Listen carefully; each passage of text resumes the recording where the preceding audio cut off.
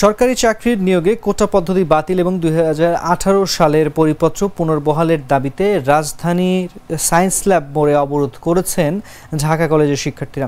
বুধবার সকাল ১০টা ৪০ মিনিটের দিকে ঢাকা কলেজের মূল ফটক থেকে বিক্ষোভ মিছিল নিয়ে সায়েন্স ল্যাব অভিমুখে যাত্রা শুরু করেন শিক্ষার্থীরা।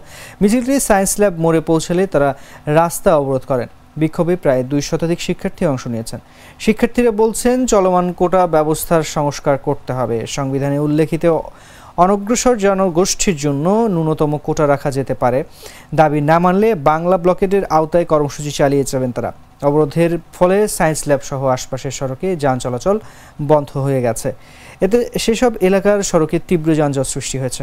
ভোগান্তি পাচ্ছেন চলমান বন্ধ হয়ে নগরবাসী। এদিকে কোটা বিরোধী আন্দোলনে ঘোষিত এক দফা কর্মসূচি বাস্তবায়নের লক্ষ্যে আজ সারা দেশে সকাল সন্ধ্যা সর্বাত্মক বাংলা ব্লকেট কর্মসূচি পালন করছে বৈষম্য বিরোধী ছাত্র আন্দোলন।